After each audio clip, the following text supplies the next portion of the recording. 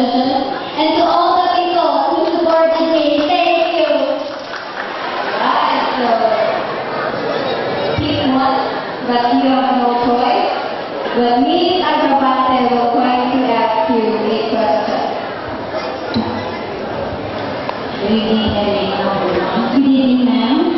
Your question is, if you won this title and your boyfriend was upset, which would you give up? The boyfriend or the title? Thank you, ma'am, for that wonderful question. Definitely, I will